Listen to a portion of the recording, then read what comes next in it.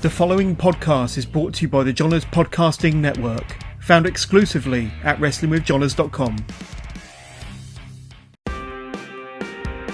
There's a new bar in town. Welcome to the Turnbuckle Arms, where the banter flows like wine and the topics are as fresh as an ice-cold pint. So pull up a chair, grab yourself a glass, and welcome your hosts, the Brew'd! Hello and welcome to a very snowy edition of the Turnbuckle Arms podcast. You've got me as your host today, Lexi Helms. I can officially declare, as always, that the pub is now open. Our drinks have been served, and now we are sat very firmly in our comfy seats. And because it's my turn to run the pub, I've got the fire on just in case. As always, I am joined by two of our original Brew'd members, Grizz and the one and only Jason. Hello. So hello to you guys. We'll get to you in a minute. And for those of you that are watching, you might be seeing a very new face. So firstly, we have a very, very amazing new member of our group of the Brew'd.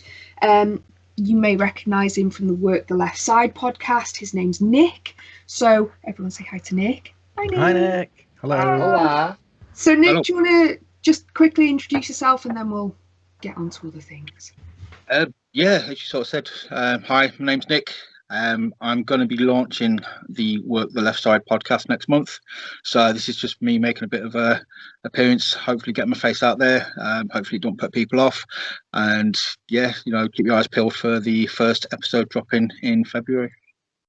Thank you very much. It's all right. People have to look at me every month, so you're Yeah, you're they all have to right. look at me, don't worry about it. Right, leading on very nicely from that, a nice little segue is that we've got some really exciting news coming to you from the With Johners family. If you haven't seen it on our socials yet, we are very, very proud to be a part of the With Johners family, who now has his own podcasting network, which is amazing. We have already dropped some wonderful podcasts. Members of the Brew'd have got their own. So you may see and hear some familiar faces coming up over the next few months.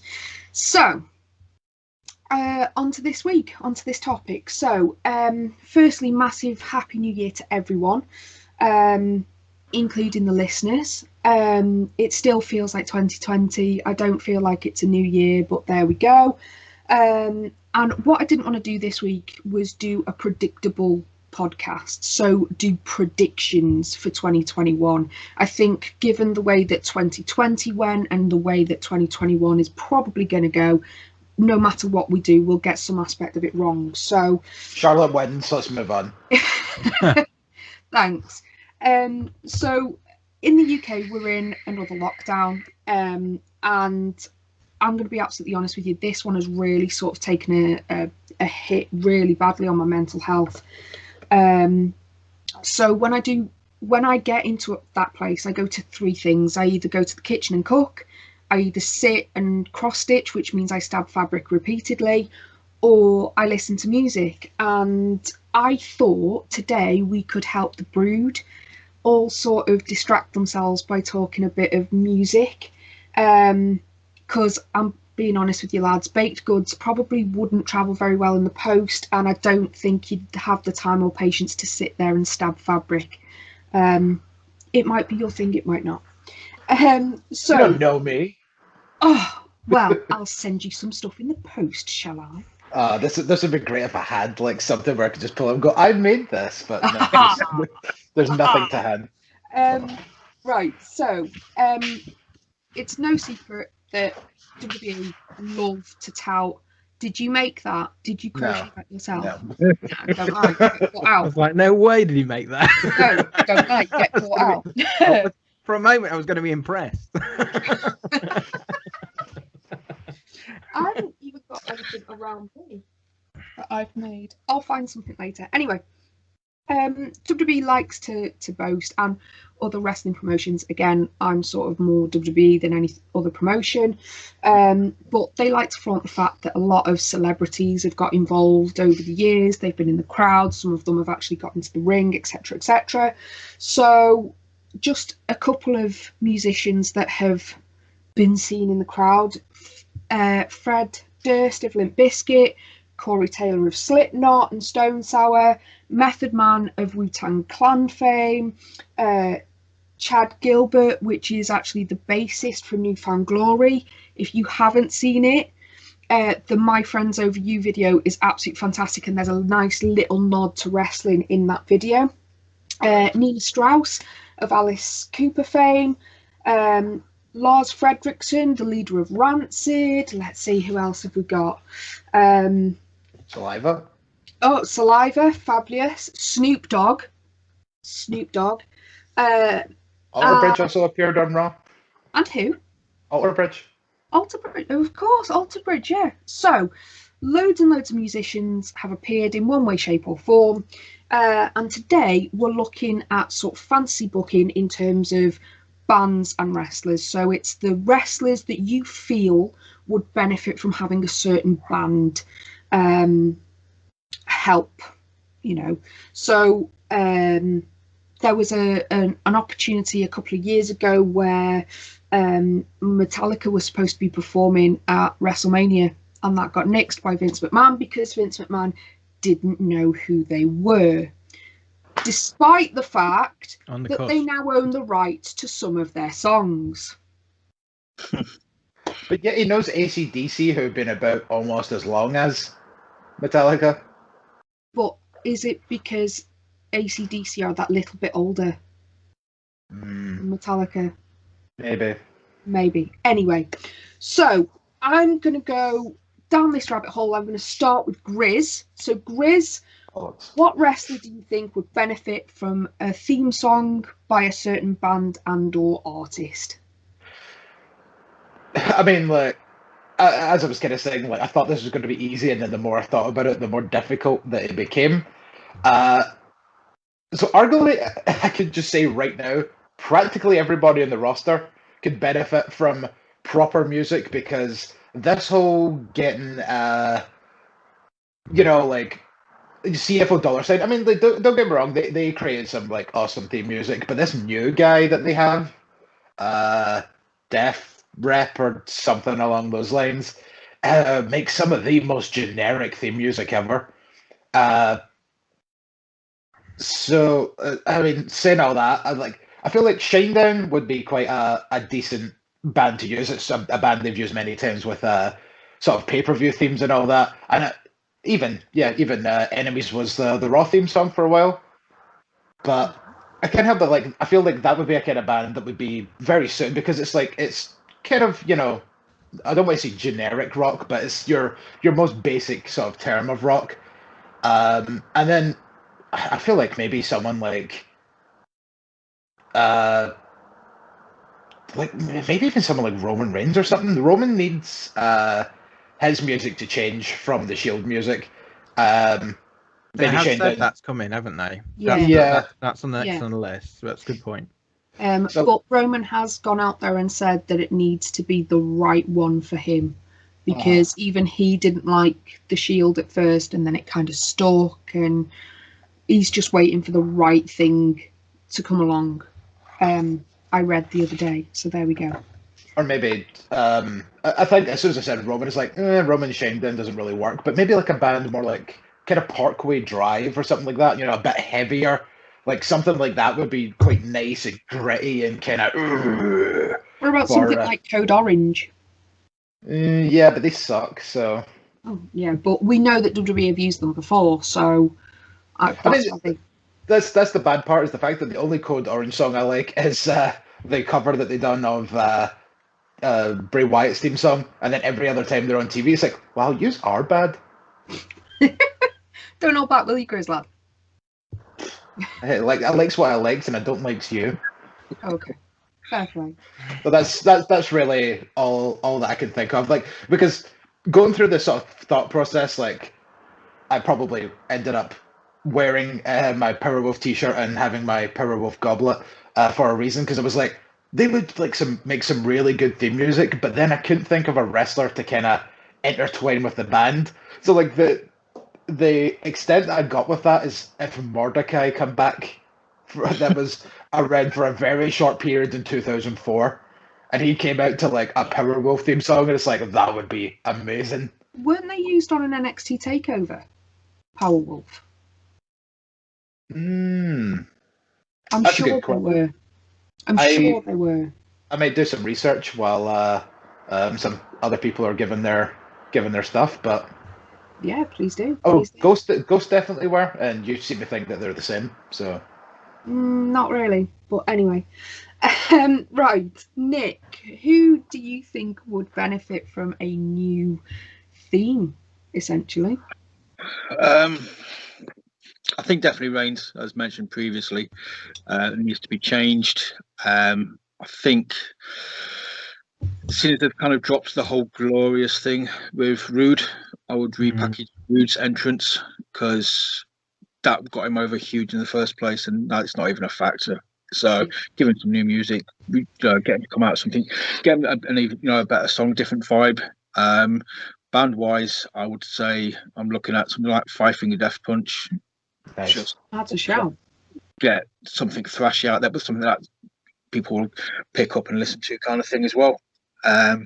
If not him, go sort of left field. I'd also get a bit of Yellow Wolf, possibly. It's a bit more sort of country hip hop, but I can't think of somebody for that to be the entrance theme of. But I think a Yellow Wolf thing would work really well as well. Can I just interject as well? This applies to all wrestling promotions. It's not just WWE exclusive. So if you can think of anyone from another promotion, then please do. I use WWE as the example because I've watched more of them than anyone else. So I like Jim Storm. Sounds like someone that would fit very perfectly with that kind of style of music. As in Yellow Wolf. Yes, Yellow Wolf. Sorry, yes. Yeah. So if we're opening it up, James Storm. Yeah. In that case, I was going to say Adam Page, but yeah, James Storm, same sort of category, where you got that sort of cowboy vibe. Probably suits James Storm's better because he's a bit older, and yeah, I definitely sort of think. And Storm has been known to quote hip hop references back in the day when he was in NWA and stuff. So obviously he's got a partial liking to hip hop as well as country. Well, did you know that AJ Styles' theme song that he uses now was actually meant to be James Storm's theme song? Really? I've heard this, yeah. So, and that song was like kind of a country rap-esque theme song. So, it's really like isn't really out of the realm of possibility that he could have something sort of like that. But speaking as well about Bobby Roode, Bobby Roode's theme was apparently supposed to be for, I think it was Austin Aries. I heard it. Yeah, I heard Nakamura. I thought it was the same person who made the two songs, wasn't it? Yeah, I think so. Yeah. Nakamura did also Glorious as well, because there's a Netflix short on them putting it together. Not Netflix, sorry, network video of it. Yeah, got those two mixed up. But yeah, there is one. But then they parted ways with those chaps. They were doing all these cool songs, and then they just got rid of them. CFO dollar sign. Is that who it is? Okay. Yeah. Okay. Because every theme song is getting changed these days into very generic sounding music. Well, Keith Lee, the prime example. Oh God. I mean, his NXT theme song was bad to begin with, but then when he showed up on Raw, it just became like just a generic song. At least he's got something now that's a bit better, but I was trying to think of a band for Keith Lee. Keith Lee was the person I was going into this thinking, right, I need to think of a new entrance theme for Keith Lee. And I just struggled to even think of one for him, to be fair. Men on a Mission. Oh. Nice. Right, Jason, what is yours? Right, I took it from a different approach. I thought of existing songs that would help people or wrestlers, and I came up with 10. Sad as this sounds, so we'll see how we go. So number 10, I've got the Golden Lovers, Kenny Omega and Kota Ibushi, and I would put Spandau Ballet Gold with them. That's amazing. That would be my starting point there. All right. That's one of my karaoke songs. Then I've got Bray Wyatt, and I've got Madness. Welcome to the House of Fun. Can I just pick up on that? Do you actually know the meaning behind that song? No. Okay. It's going to take it really morbid. Is that a brothel? No. It might not actually. It might take it rated R. Basically, the song is about an experience that Suggs had, and he was basically going on a date with a girl. It was a blind date, and he went into the chemist to buy protection just in case. Hence the lyric, "Welcome to the House of Fun. Now I've come of age." Okay. And basically, the woman that served him in the chemist, and he got really embarrassed about it and everything, ended up being his date. And she was like dead cool with him because she knew that he'd thought ahead and he'd gone and done that if that's where they were going. So there you go. It's about buying condoms, ladies and gentlemen. So not as bad as I thought then. Don't know if that would compliment Bray Wyatt now. I'm not as sure as I was before. Let's be fair. Nobody wants to be pregnant with the Fiend's baby. Come on. Oh, that's true. Well, I've got number 8. I've got RVD, and I've got Afro Man because I got high.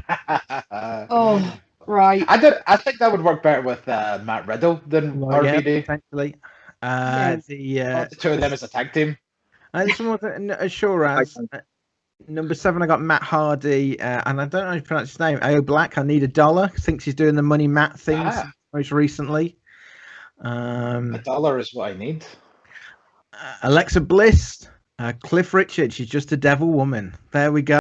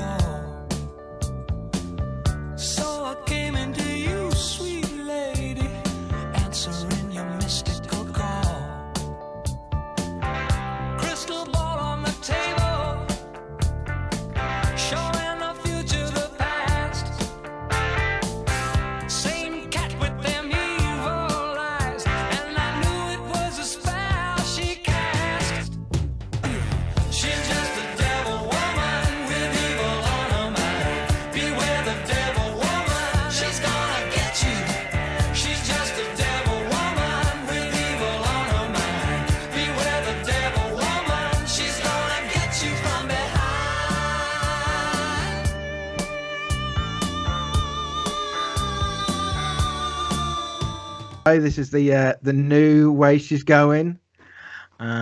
Cliff Richard, Adam Page, Glenn Jacobs, Rhinestone Cowboy. That's the way to go now. Just a Rhinestone Cowboy. Nice. I think that last one that you mentioned. I feel like that would work well with Scarlett. Scarlett from NXT. The Cameron Cross's. Scarlett. Yeah. So I'm not familiar. I didn't know her name. Okay, yeah. Can I just put it out there that Elizabeth by Ghost would also work for her? Ooh. Baron Corbin. I've got Simon Garfunkel, The Sound of Silence, just to get an idea of what his crowd reaction would be like constantly. Oh, Sting. Number 3, a controversial artist. I've got Ricochet. Controversial R. Kelly, I Believe I Can Fly. Of course. Jesus. Number 2, Darren Darby Allin. Avril Lavigne, I'm a Skater Boy. Yeah. I'll let you off with that. That's got to work. And lastly was Ric Flair, Eric Idle, One Foot in the Grave. There we go. And I ordained it there. Good night, everyone. See you later. Fucking hell, Jason. That's a bit. I feel like you need to do a dab after that. You want to know how to dab? No. Go on, Nick. Sorry.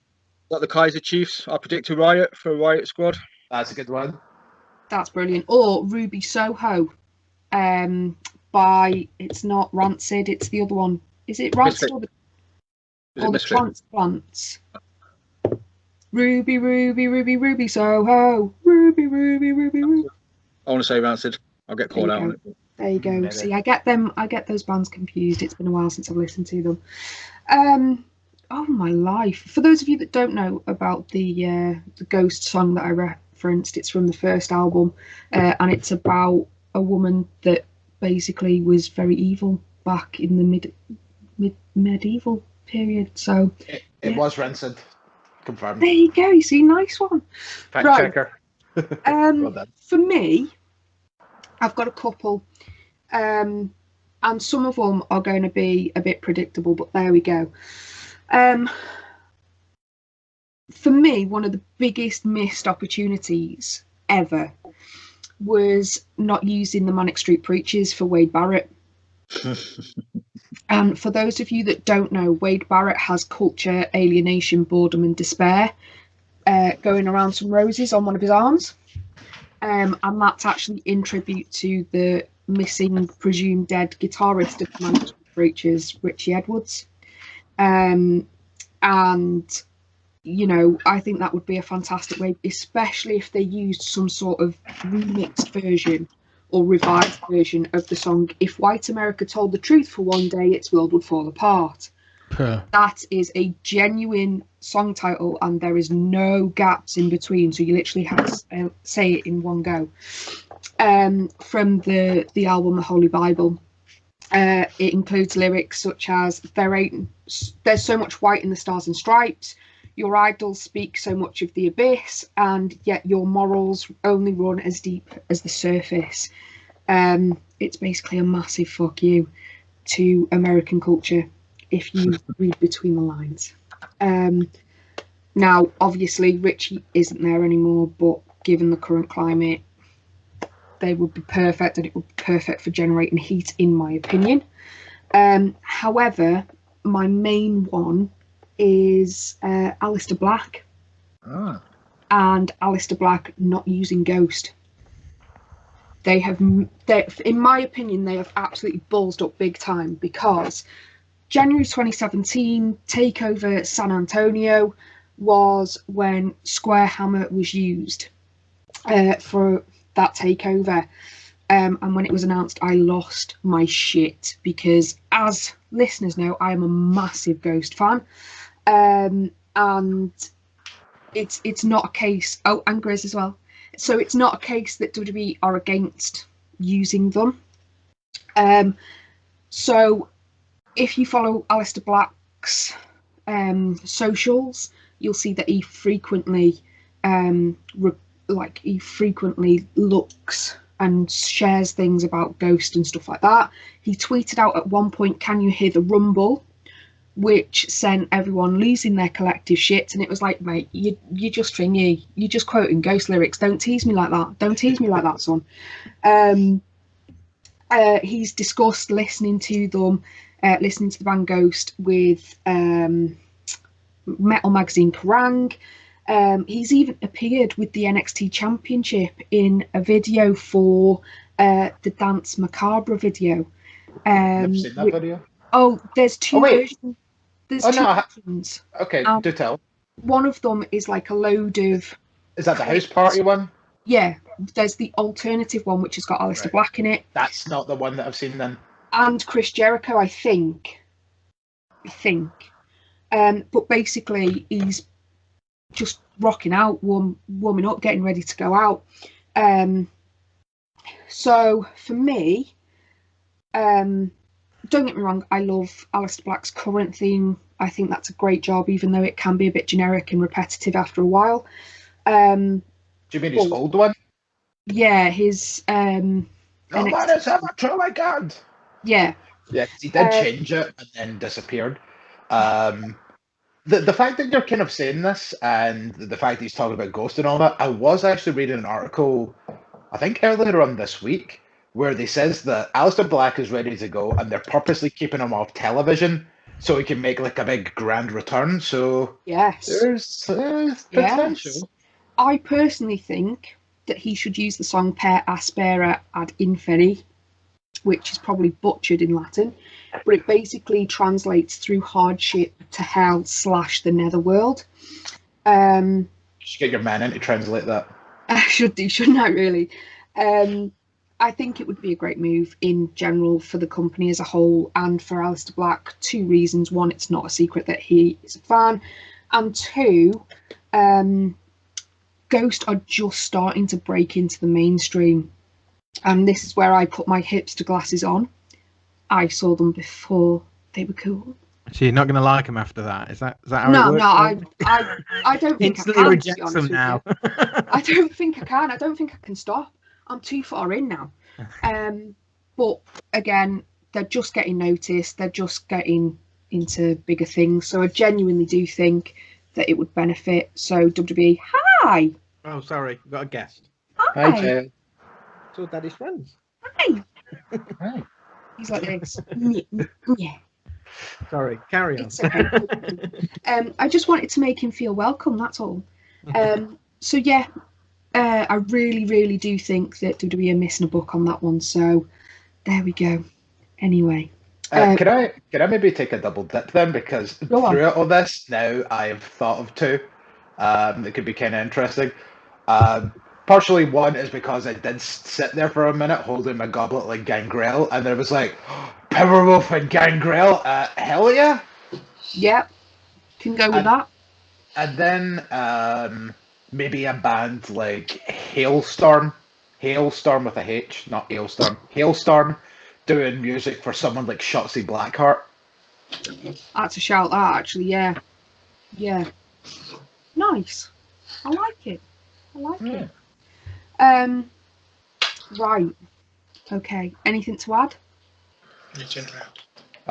Yeah, well, pretty much just the case of like WWE should definitely start going back to getting bands in and making proper theme music, because how great were those old albums that you used to buy, like Forcible Entry and Reckless Intent, where it was a full album of songs, like full songs, like 4 minute songs, and they just also happened to be wrestling theme music, but it was just a great album of a collection of excellent artists. Wasn't that due to? Oh, sorry, Nick. No, go on, dude. Wasn't that due to like? But they had a deal, didn't they? They had a contract with. I thought it was Viacom, and that's why they had access to the copyrights of the music.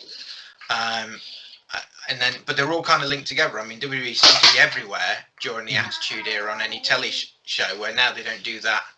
Don't seem to reach out to any other reason than that. So it kind of, they all seem to be connected together really as to the access out there. Don't touch the microphone. So. Uh-oh.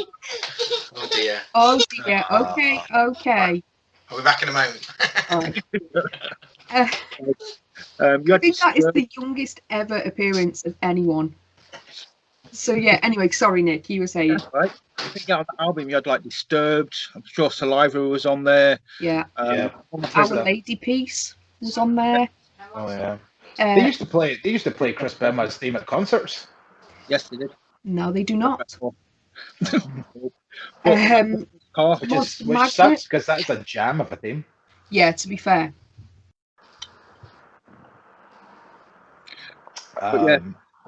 You've obviously got like your Motorheads and all that kind of stuff. Yeah.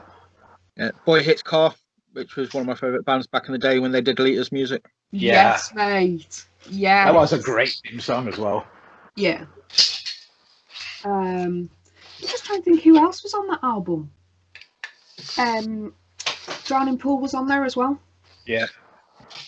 They were fantastic. Which was quite a decent, like, kind of a different kind of sound to Triple H's theme music when they'd done that one Forcible Entry. Yeah, that was good. That was. Then Saliva also done Dudley Boy's theme song as well as Batista's. Oh no, you are right. I was going to say, what's the other one? Power Man 5000. That's right. Is the best Dudley Boy's theme. Sorry, but it is. That one still gets, well, I say it still gets played at the rock club I go to, but that's not open right now. If it makes you feel any better, yes, it is also played regularly when we could go out into the world of rock nights. And me, a couple of my mates would absolutely lose our shit because we'd be more drunk.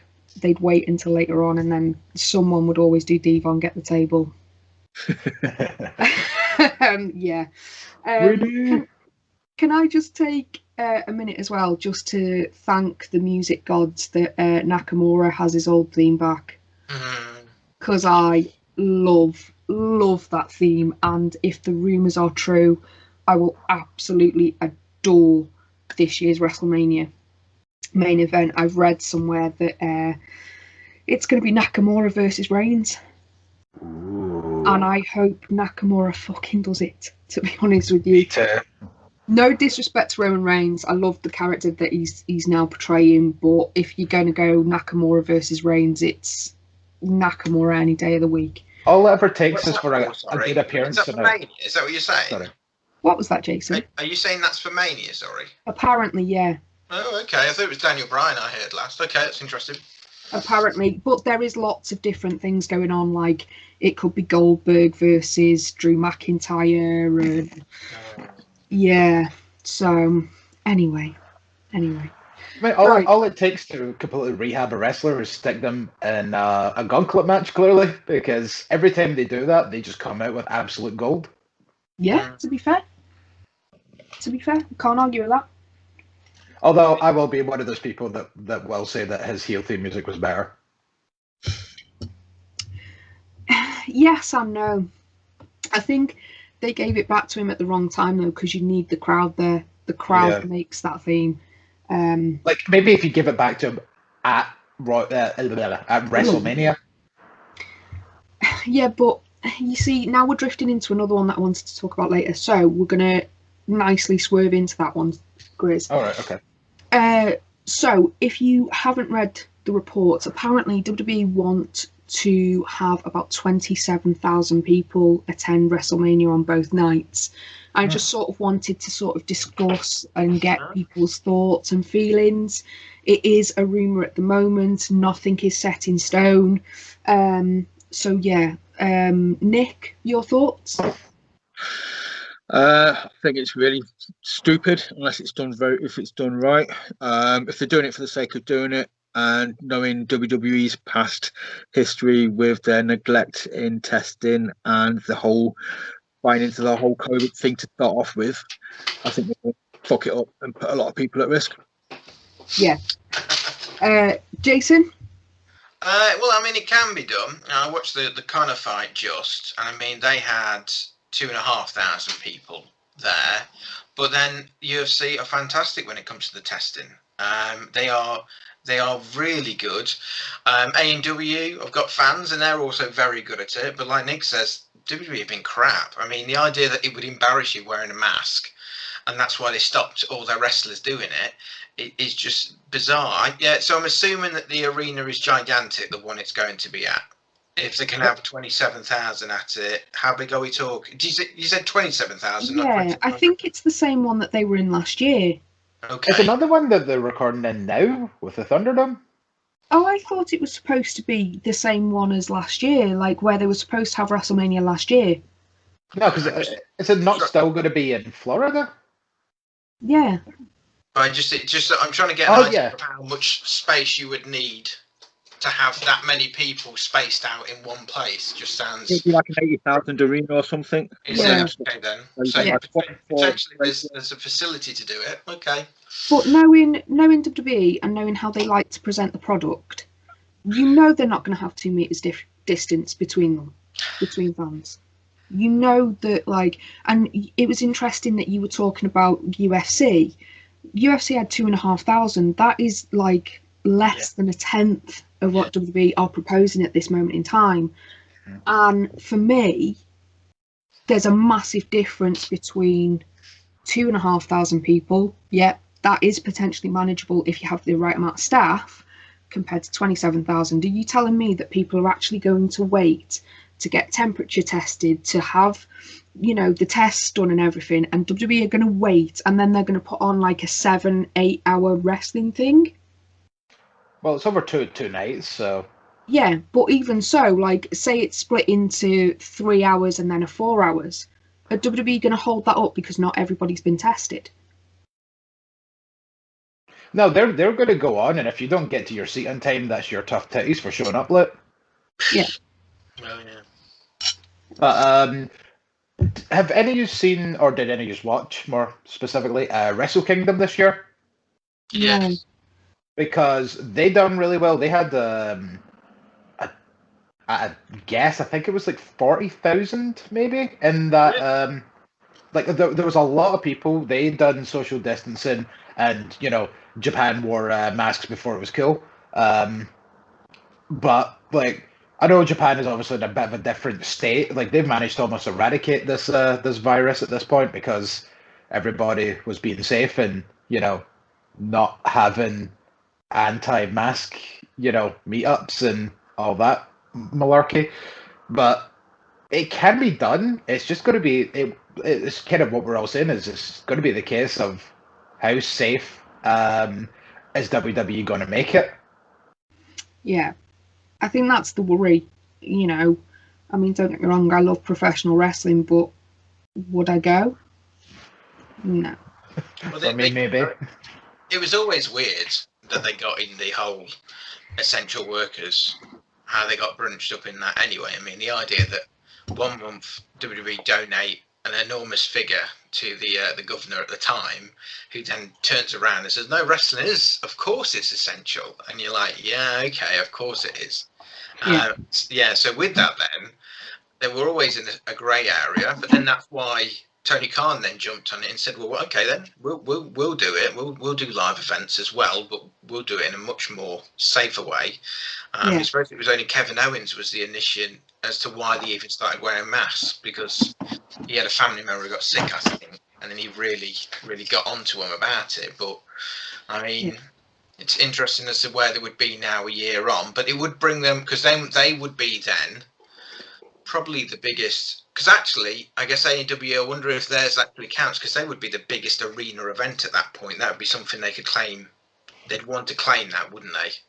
I think so. Well, for a wrestling event, yeah, but like I think. Well, I mean, just a show, wouldn't they? In the States, they would be the biggest show of live attendance, and that's something they always like to brag about.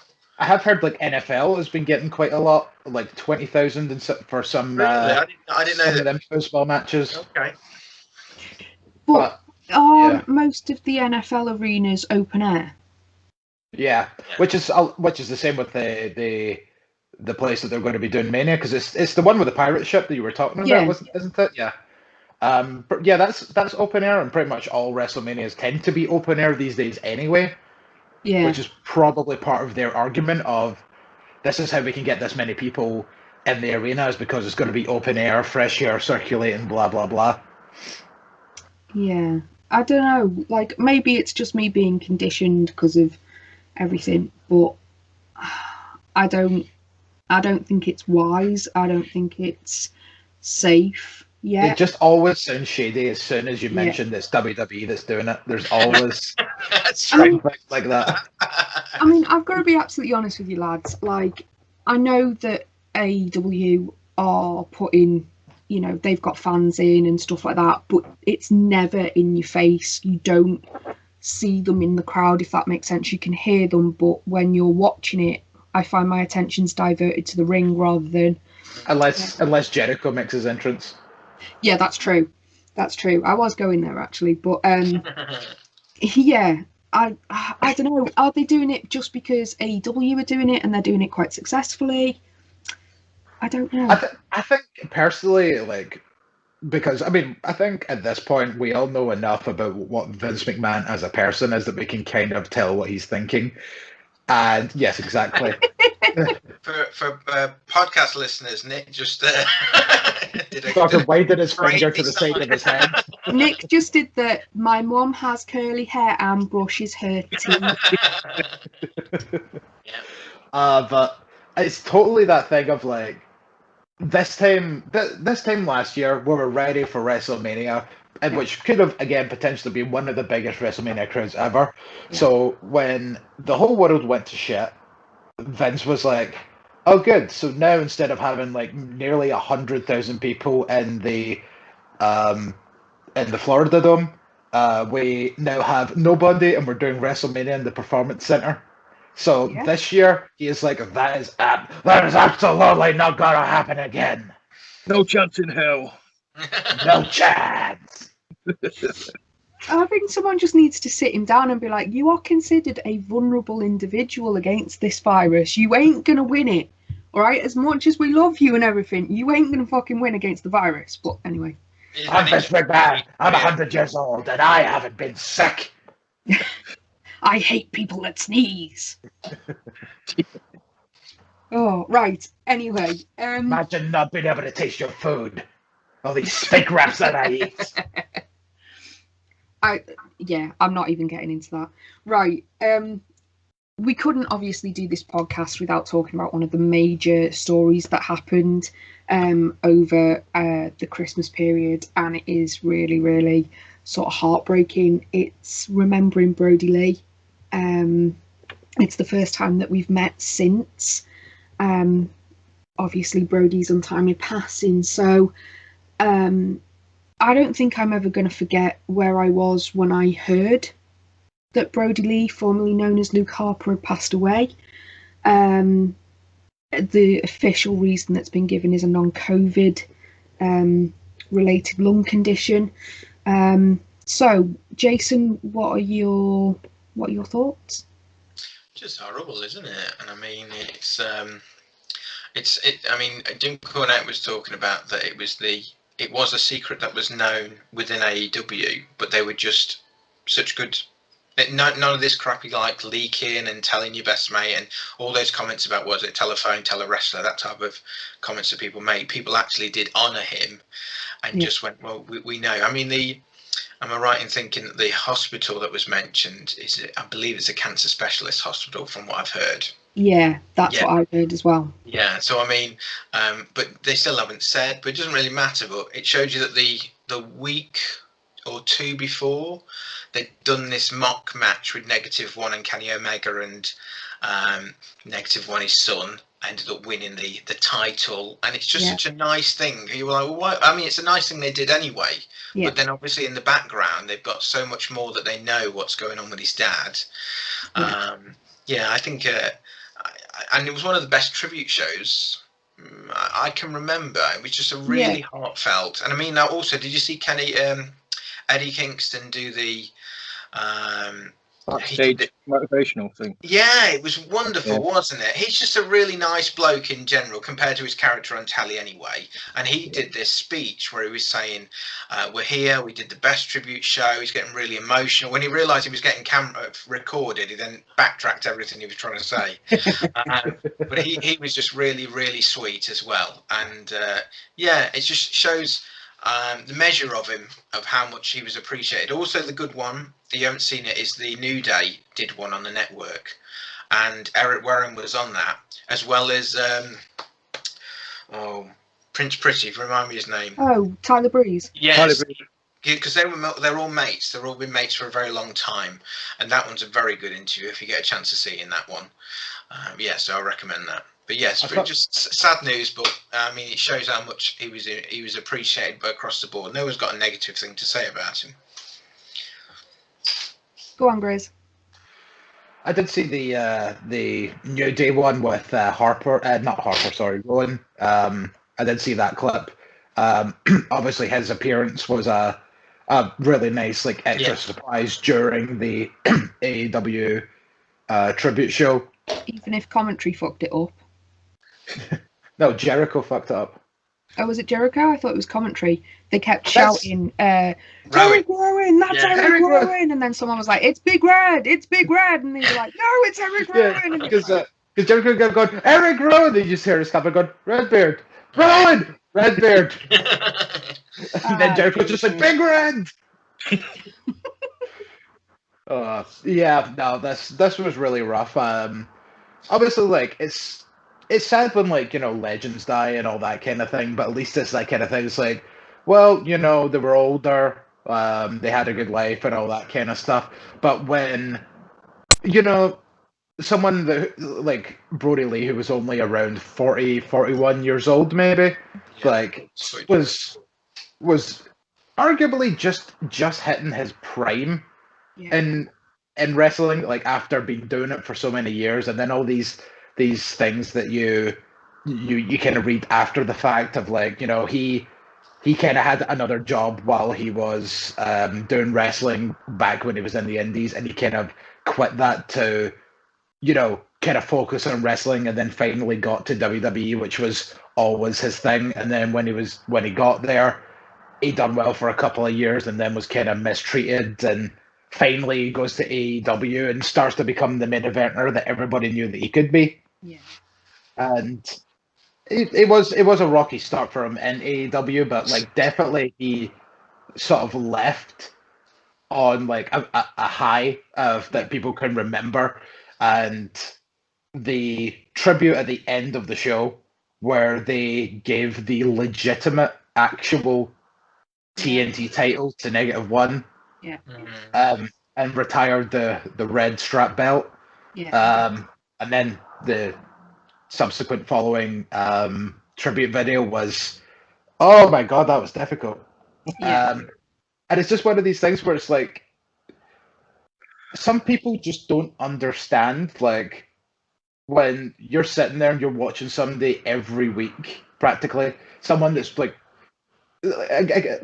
I'll reiterate that again, like, people that are not wrestling fans don't understand the kind of connection that wrestling fans have to these wrestlers. Love them, hate them, whatever. But especially like wrestlers that are on TV every week. Can I jump in there, Gris? Yeah, sure. To liken what you're saying, it's like a football fan, if you're a football fan as well.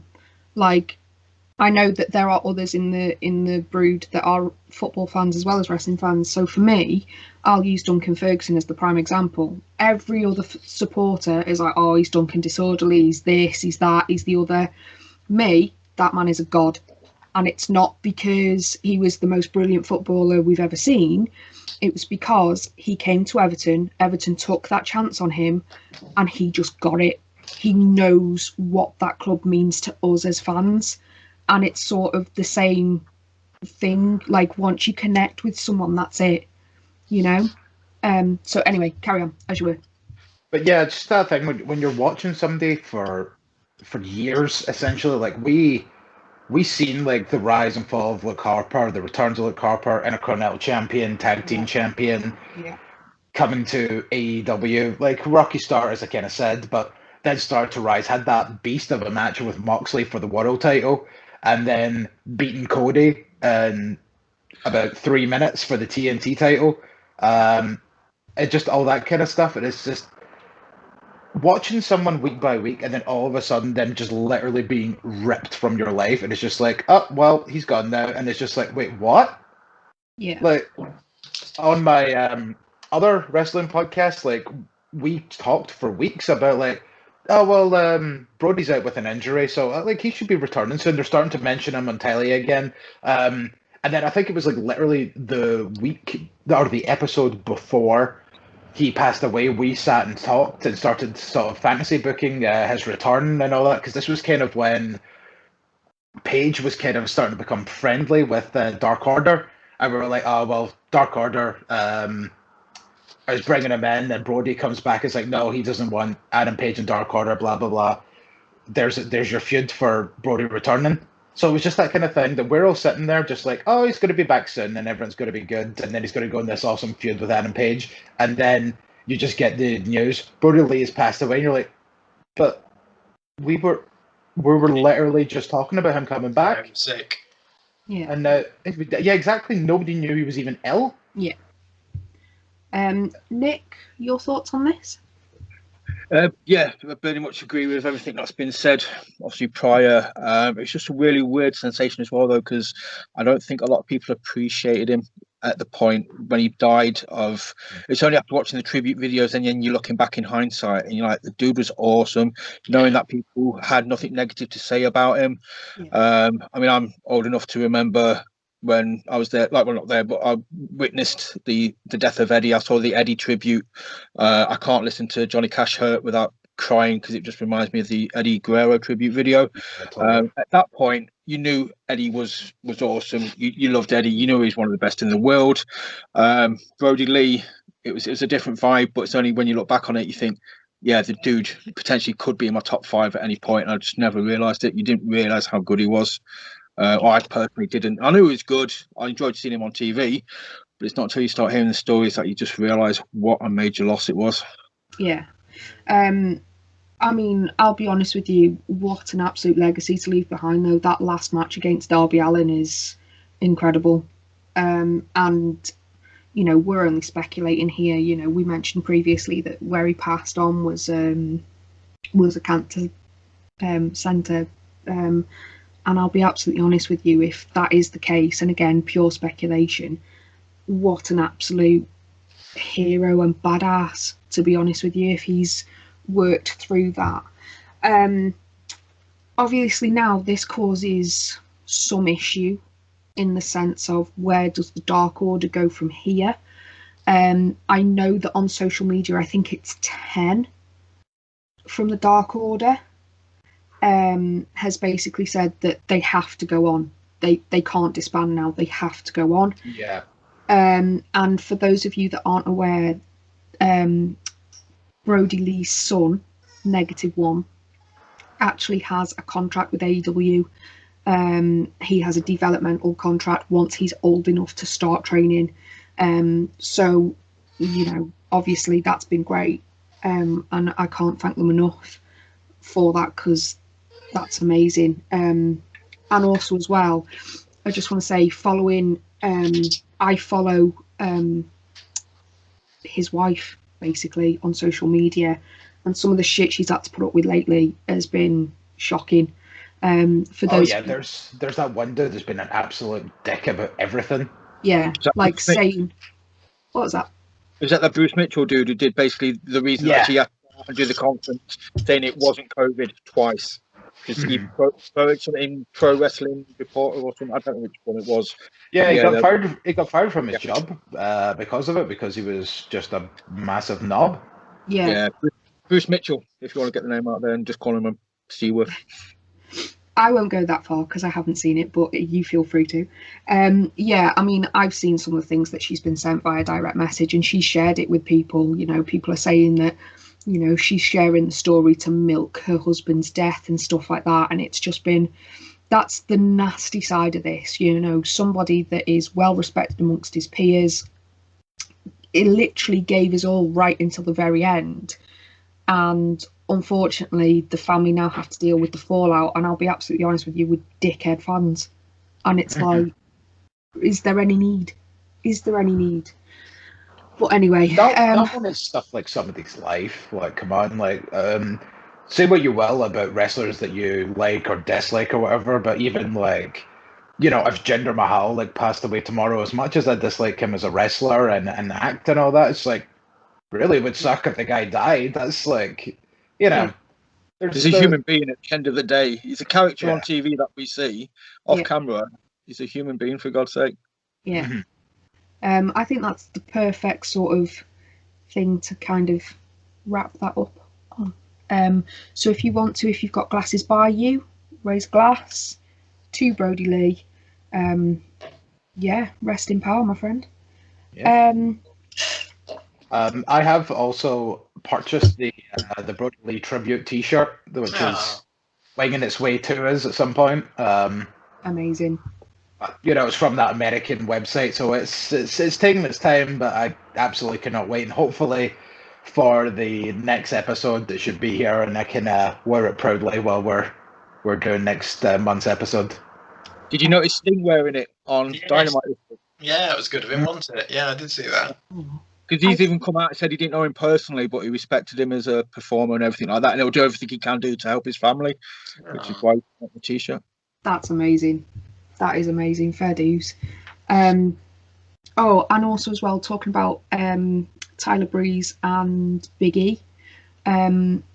Big E got given a picture from Tyler Breeze of Big E sat next to Brodie Lee on a canvas, and it's not one that you'd think, oh yeah, that'd look great on a canvas. It's one of those very candid pictures that was shot. Both of them aren't posing for the camera or anything, and Big E's now got that up on the wall, and I think that's just a really nice sort of nice touch. So, right, should we take it to last orders? I think so. All right, so stiff shots.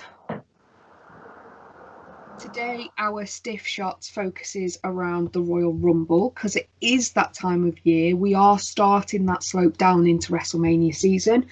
So, right, our topic this week is best and worst Royal Rumble entrances. So, Nick, I'm going to go to you first. Best and worst? Best, just because it's fresh in my mind and it reminds me of a better time when there was a crowd. Edge's return. You mean is that okay as an entrance? Yeah, that's spot on. But yeah, Edge's return last year. That was just one of my... I think that's the only answer, to be honest. Yeah. I think because they didn't mess it up like others, and you actually saw him, you actually saw his face, and you just knew. You didn't have an idea, did you, before it happened as well? It's not like nothing got leaked. It just... There was rumblings. Yeah, there was. Excuse the pun. No pun intended. Yeah, there was rumblings that he was actually going to return at Super Showdown. Ugh. And they vetoed that. So yeah, but yeah, going back to what Grizz was saying earlier, the emotion there. If you're not a wrestling fan, or you want to show somebody who isn't a wrestling fan what it means, just show them that entrance. That's all you need to show them. And if they don't get it, they've got a heart of fucking stone, and you need to jib them off. Like, I'm sorry, you need to absolutely kick them to the curb on that one. Grizz? Best? Well, while I say like absolutely that is the best, and I'll quickly tell the story of this time last year. I was in Germany. I was prepping to see Sabaton live, but it was also the same weekend as the Royal Rumble. So I was watching it in Germany, and needless to say, after an entire weekend of practically no sleep and heavy drinking, we tried to watch the Rumble. We managed to get through the female Royal Rumble match. Did not get to the males, and then I was like, right, okay, I'm falling asleep. Turn this off so that I don't wake up during the Rumble. I'll download it before we leave, and then I'll watch the Rumble match on the plane. So I watched the male Royal Rumble match on the flight home from Germany, and when Edge came out, like, the dude that was sitting next to me, like, thought I was having a fit for a brief second. That's amazing. Because I'm just sitting there like that with my laptop in my lap, just like... Nice. And if you watch that part in video, that's what the laptop scene when while I was watching it. Nice. But I took mine in a much more comedic sort of decision with I don't remember the Rumble, but the only Royal Rumble match where Ricardo Rodriguez entered the Rumble, coming out to Alberto Del Rio's theme music. Was that 2014? Maybe. Was it the 40-man Rumble that Alberto won? No, this was like the one. I think it was the year after that. Because I think Alberto was like injured at the time. So when the theme music played, they were like, "Alberto's here. I thought he was going to be out for months." And then Ricardo comes out in this absolute banger car, but he came out in like Alberto's like gold tights with the scarf, and then like kind of went up to like the hood of the car and kind of wiped it off like Alberto does, like, so look at my car, this is amazing. And then this like the bumpers like attached with like tape of some kind, just holding it on. No. Like one of the windows is like bashed in and like covered up with like a board and stuff like that. We need to find this. It's bugging me. Which one is it? I'll do some research as other people. Whilst you research, I'm going to throw to Jason. Jason, someone in your household sounded very, very vocal about their favourite entrance. Sorry about that. It's okay. I thought it was adorable. Carry on.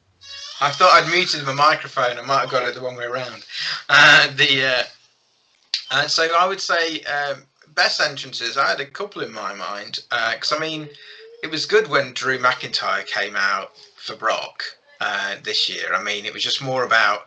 It was just you could see that he was determined what he was going to do, and then just eliminated Brock. So I thought that was a good one. In the kind of overall, I just thought when Mick Foley came in multiple times, I thought it was really funny. Yeah. And that was so clever. Went through the hardcore, then there was some mini hardcore match with Terry Funk, and he went through the different stages, which were just. I think that was it's like 98. That was that 98. Yeah, it was quite a good rumble. That was, I remember it. But when you were talking about bad entrances, I don't know if I'm jumping the gun. When Rey Mysterio came out as 30 and everyone thought Daniel Bryan was coming out. Yeah. That was awful. And I just felt so bad for him. And they were like, Daniel Bryan is not coming out. We have no interest in putting Daniel Bryan out there. And if Punk hadn't left, we still wouldn't have had WrestleMania with Daniel Bryan. Well, it wouldn't have been the main event. Yeah. Yeah. It was the 2012 Rumble that Ricardo was in. There you go. What one was the one where Mysterio came out as 30? Was it 2013?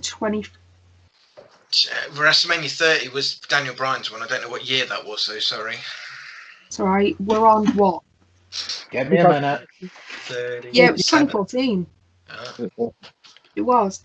That links quite nicely into my worst entrance. And it might actually shock people, so I want Grizz on camera to see this one. So I'll go and switch round and do my best first. For me, it's got to be AJ Styles. Oh. Even though they botched it by showing Roman, I don't care. The fact that a couple of weeks before, and this is legit, it must have been 2015 or 2016, AJ Styles was in Liverpool at 5 Star Wrestling, and my other half got tickets for us to go, and we made a weekend of it, and we didn't realise that there was a meet and greet until we walked in. So we met AJ Styles. Nice. And he was the most sweetest and polite, respectful individual I think I've ever had the pleasure of meeting. And then a couple, I think it was something like 6 days later, he turns up in the Rumble, and I was just like, hold on, what? I never thought I'd see the day that I'd see AJ Styles in a WWE ring. So for me, it's got to be that one of recent memory. Another best one, controversial as it is the 2004 Royal Rumble. Chris Benoit going the distance, going from number one right the way through, because it hadn't been done since Shawn Michaels, and Shawn Michaels had carried that as sort of a badge of honour for a long time. I loved that Rumble, irrespective of what the man did in his personal life. I just genuinely loved it. And then my worst one, and this is why I needed Grizz on camera, think 2014. Think of the political landscape that was World Wrestling Entertainment at that time. Think about who the fans really, really, really wanted. And we've already discussed that number 30 was Rey Mysterio, and nobody wanted it. But I'm actually going to say Batista. I'm going to say Batista. I'm sorry, I was clearly thinking about a completely different Rumble then. I beg your pardon. Oh, okay. What I thought you were going to say was there was the Royal Rumble that one time where I think it was Roman Reigns versus Kevin Owens for the Universal title, and then Roman lost, and then everybody got really excited because they thought Joe was going to be in the Rumble, and Joe did enter the Rumble, but it just happened to be Joe, aka Roman Reigns, and then everybody was just Well, I'm going to go back to 2014 again, because that is potentially one of the biggest, in fact, that's possibly one of the most hostile crowds that is a non-ECW crowd. that I have seen. Like, genuinely, like, it got down more and more and more and more. And then his entrance theme hit, and it was no secret that he was coming back, and everyone was just like, Wasn't that the advertising for the Royal Rumble that year? Was Batista returns? Yeah, I think it was. And I think had they put Daniel Bryan in the mix, it might have been a little better. But yeah, I think it sticks out in my mind because it's the last Royal Rumble that I physically ordered before I had the network. So yeah, I stayed and watched it. And if they'd have put Daniel Bryan in it and Batista has eliminated Daniel Bryan, yeah, there would have been a riot. There would have been a riot. A riot. What if? If I remember correctly, that was the Rumble where it was Reigns and Batista at the end, and everybody was actually wanting Reigns to win. Yeah. And then the very next year, Reigns was in the final two, and nobody wanted Reigns to win. Even The Rock could not help that man. Oh my God, yeah. What makes it quite bittersweet as well is the fact that there's a documentary on the network about this. I think it's one of the 24 specials that they do. Batista had to be sewn into his wrestling boots because he broke the zip. So he had to go and see the seamstress, and that's why his entrance was actually a little bit later than planned, because he couldn't do his boots up. Bless him. He couldn't put his boots up anymore. He couldn't, or he couldn't zip them up, one or the other. And he had to get sewn into them, and I was thinking, fucking hell, that seamstress has got fucking nerves of steel. I would not want to go anywhere near that man with a fucking needle, I swear to God. Anyway. It looks like other people have. Whether he has or he hasn't, I don't. Are you trying to, like, are you trying to, like, get cheap pops in or some shit? Yeah, of course I am. Jesus. Thought so. I'll just remind you, you didn't fucking remember that he had a match with the Undertaker in Hell in a Cell. Exactly, probably because it was probably boring because Batista was there. I don't know. I'm actually going to go back and watch that match now, but it was fucking awesome. It probably was. Batista and Undertaker like always had like excellent matches. And can I quickly riffle off one more that I remember? Just because I mean, again, this is that whole thing of when people start talking, shit comes to the old noodle that doesn't come before. I will want to take you back to, I believe it was the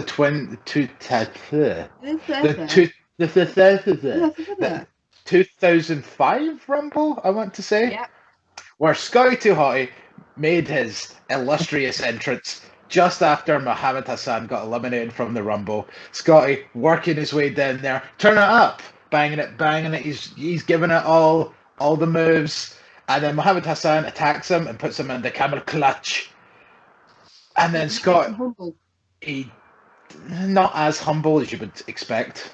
All right. But I bring all that up because Scotty 2 Hotty wins the 2005 Rumble, because at the end of that Rumble, both John Cena and Batista go over the top rope at the same time. Therefore, Scotty 2 Hotty was never eliminated. Scotty 2 Hotty, WrestleMania. That's a long storyline that WWE are playing. They're gonna that'll come to conclusion this WrestleMania. What about Curtis Axel? In the pocket. The same thing happened with Curtis Axel as well. The same thing did happen when he turned it into a storyline. That's when Axelmania started. Nice. But I met Scotty 2 Hotty once, and I'm pretty sure I brought that up to him. What did he say? I can't remember. I remember like going up to him and was like, "You were my first ever favorite wrestler," and he was just like, "Oh." And then Grandmaster was just like, "Yeah, there you go." Nice. He was just so happy about that. But I was just like, "Yeah, and you won the 2005 Rumble," and I think he was just kind of confused, like, "What?" And then we had to get like set up for a photo. So I don't think I really kind of got any further than that. But he was just probably sitting there like, "What the fuck are you talking about?" Right. He thinks I'm Batista. Yeah. Interesting. Can I change my best and worst then, please, to the 2005 Royal Rumble, and it's got to be Vince McMahon. The best entrance where he tears both of his quads getting into the ring, and it's also the worst one as well because he sits there and acts like a petulant child. But could you imagine the amount of pain he was in? He was just sitting there straight-faced, and it's like, Jesus, if I stub my toe, I'm mad for about half an hour. Yeah, but don't forget you'll have like adrenaline and shit running through you. So. Anyway, he was pissed off. Oh, he was, to be fair. That's what. Walk like a normal fucking person then. Vinnie Mac, you're an old bloke now. Fucking walk normal, not like you've got a stick shoved up your ass. But also that kind of thing of like he never slides into the ring. He always climbs up the stairs and gets in the ring like the normal way. So clearly, him sliding into the ring, he was not prepared for that, and that's what caused it. If he just like kind of chilled out a little and done his regular entrance climbing out the ring, it probably would have been fine. But he was that angry, he just slid out of the ring and then was just like, right. Yeah. All my muscles have exploded. Oh dear. Right then, lads. On that, I think it's a good time to end this episode. So, it is time. It's time to close the doors to the I'm just going to make one suggestion. Oh, could we just say who we think's going to win the Rumbles? I actually don't know who's in the Rumbles. Okay then. Everybody, Drew Gulak. Yeah. But if you're going to end it, that's fine. No. I think that's a good shout, actually. So we'll rewind a bit. Right, so that leads in quite nicely to predictions. Ooh. So, Jason, who do you think is going to win both the men's and the women's Rumble? Women's, Bianca Belair. Okay. Men's, maybe Daniel Bryan. That was where I was going to go. Daniel Bryan, I think. Okay. Graham? Grizz? Grizz! Big fan. Jesus Christ. Okay, for the women's, I also want to list who I think might be a surprise entrant. And I think Talia Valkyrie. Because she's done with Impact. Okay. Interesting. But Rhea Ripley to win, and then Charlotte to somehow snag the women's title. Of course she will, because it's Charlotte, off of my beloved Asuka. And do those two again? Oh, and God. do those two again, with Rhea winning the belt at Mania. And finally getting the win that she deserved this time last year. She ain't gonna win. If they fight again, she won't win. However, she shared a picture on social media the other day, and I'll see if I can find it and put it up for you, of her progression in terms of the muscle mass that she's gained. And someone basically said, oh, you know, you've gone from beautiful to now you fucking ugly kind of thing. Blah, blah, blah. And she was like, no, this is progression. I've gone from somebody that's skinny and, you know, now I'm powerful and, you know, I'm empowered and stuff. So I thought that was a really nice She was pretty before, yes. She's like, you know, a different kind of pretty now. Blimey. Blimey. Right, we will move slightly quickly on. Nick, Daniel Bryan to win the men, sorry. Yeah, I think my money's on Belair would be the obvious choice. I want to say Ripley as the outside bet, because I think she's obviously giving Raquel the rub on NXT before she moves up. So I think she will make a debut in the Rumble, win it, and then go on to face Charlotte, and then we'll get that 12-month redemption storyline when she beats Charlotte. No, please, I'm begging. Don't want that to be again. No. But if the ending happens the way we want it to, then it'll be good this time. But you know it won't be good. Shut up, Jason. Just believe. If you don't believe it, it'll happen. I feel like we're being trolled with that one match. That would be. Jason, let us dream, man. Men's, I want to say, everybody's saying it. Brian's the only one that they're making it out, whether they're making it too obvious at the minute that Brian's going to win it. Nakamura would be my outside bet then, by the looks of it. Cesaro to finish in the final four, though. Oh, nice. Cesaro to win it would be awesome. Oh, that'd be amazing. Yeah. I suppose that leaves me then. I am going to say, depending on where the wrestlers are coming from, are they across all three brands or just Raw and SmackDown? If you go in all three, I'd like to see Ember Moon win it. or in a bit of a twist, I'd like to see Candice LeRae win it via shenanigans, and then have Johnny Gargano win the men's Rumble. It probably won't happen, but there we go. To quote Pikachu, that is a twist. That is very twisty. That is very twisty indeed. Because it's been coming for a while. Like, they've been pushing the Garganos as like the power couple of NXT, and what better way to be like stamp it down as your power couple than winning the Rumble. Did you not even realise that you made a pun there? I did not. Nice. No way. Accidental puns are the best. Realistically, though, I'm going to say Rollins for the men's. Nick! I've just outside bet Alistair Black. Oh, do you know what? I'd fucking take that. That or Nakamura, I would take happily. Nick, I thought you were trying to do the high five thing that the way do. So like, I started high fiving my camera at you. Clearly, you were just putting your hand. Yeah.